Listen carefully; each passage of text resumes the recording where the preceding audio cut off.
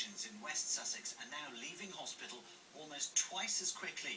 St Richard's in Chichester is one of several hospitals now using local anaesthetic instead of morphine during surgery.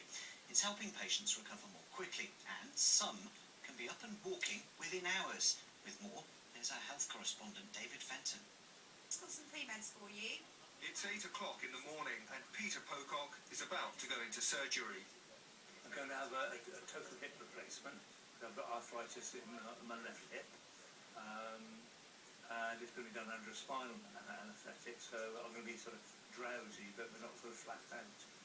By 10, Peter is in theatre and getting a local anaesthetic into the spine. In the past, he'd have had morphine and been unconscious. This way, patients recover much more quickly. They can all mostly expect to be up and about the day they actually have their surgery. They certainly will all be able to eat and drink on the day of the surgery. They will no longer need to have fluids attached to them, and will pretty much go back to a normal life as soon as they have had their surgery. Peter is now sedated and he's not really aware of what is going on, but because of the anaesthetic, he can't feel anything from his waist down. Both his legs are completely numb. Peter, are you okay? Are you comfy? The operation takes an hour and a half, and through it, Peter is awake but woozy. For a start, is that good? Okay. Later, back on the ward, he gets ready for his first physio session. It's been a big change, and the biggest change is people being less dizzy, less nauseous, and having less pain. And we found that patients such as Peter are getting up a day earlier than normal.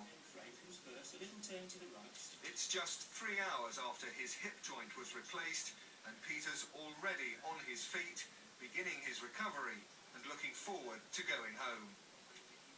Well, David is with me in the studio now. David, this isn't the first hospital to do this, but how much of a difference has it made in Chichester? I think it's made a big difference, Tom. I mean, if we look at the knee patients, for instance, they used to spend about a week in hospital on average. That's now come down to about 3.5 days. The hip patients, slightly longer, but not by much.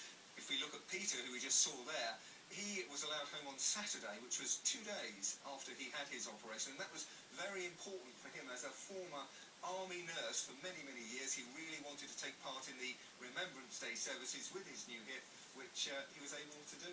How much could doing this procedure actually save the NHS? Well, that's sort of difficult to tell, really, but I mean, if we look at Chichester, maybe £1 million a year they're talking about there, but, you know, just simply because, you know, patients are spending less time. But as one patient goes out, another patient comes in, so those savings might end up being spent, you know, anyway.